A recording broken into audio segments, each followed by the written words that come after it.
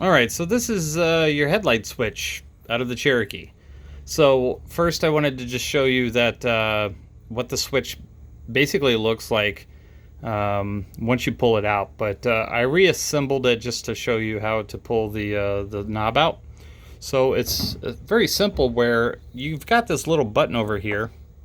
So when it's mounted in your dash, all you got to do is after you remove your panels, you just reach up there with your finger, and essentially all you got to do is just press this button, and then you can pull the switch, or sorry, pull the knob straight out.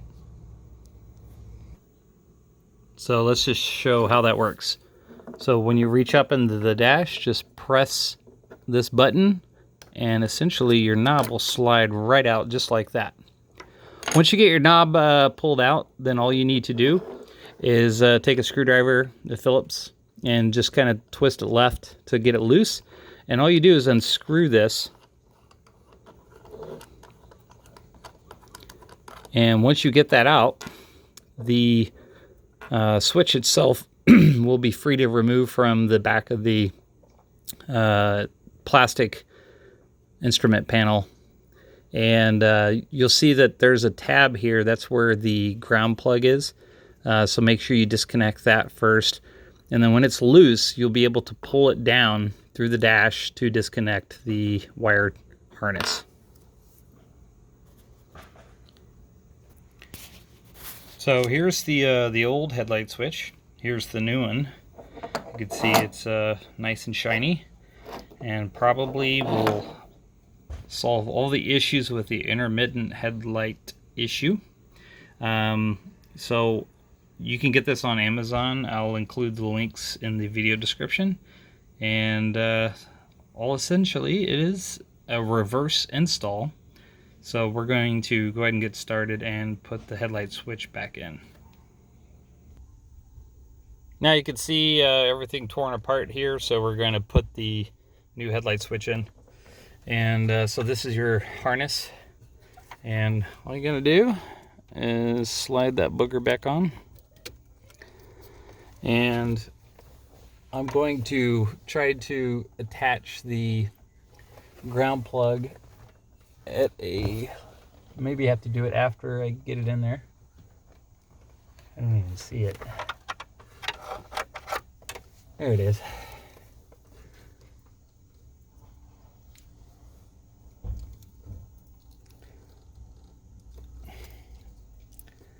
I'm going to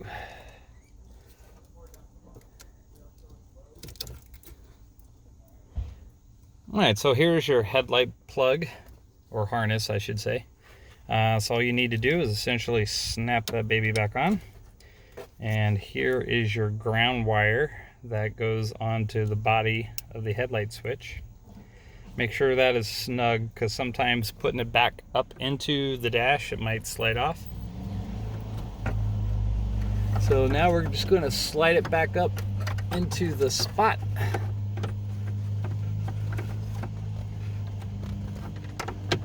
It might take a little finesse to get it in there.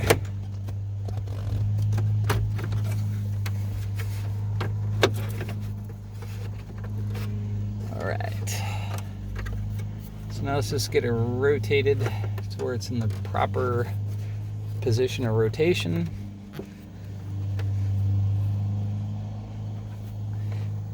And then if you get your hole lined up, then all you need to do is take your piece that screws back in to essentially secure it.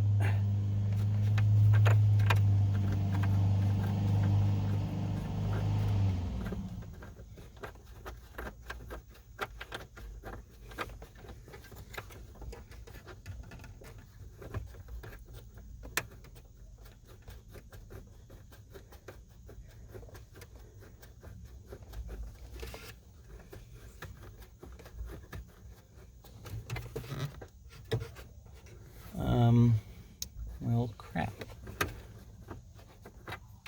Essentially been screwing into nothing.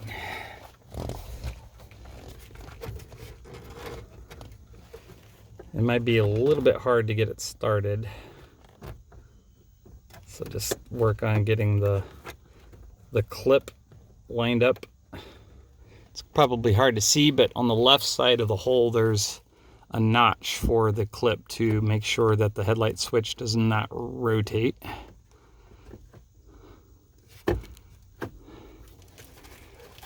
So I'm going to try to hold it from behind.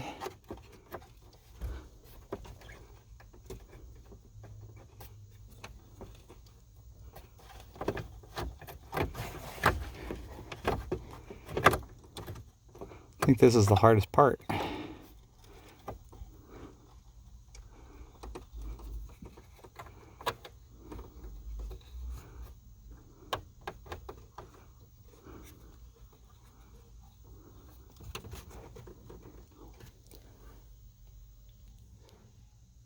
Okay, make sure you grab your Phillips screwdriver. What I do is put the piece on the end of my screwdriver, hold the headlight switch in place, make sure you get the tab lined up.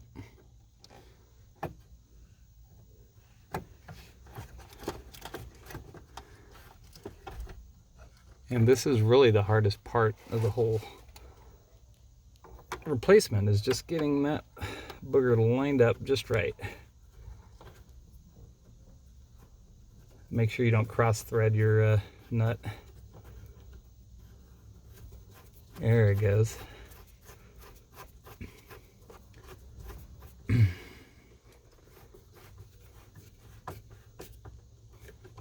right, it's nice and tight. It's straight. Just double check to make sure your ground plug stayed on. And now all we need to do is put the dash back before we put the knob in, just because the knob sometimes needs a little push to get it back in.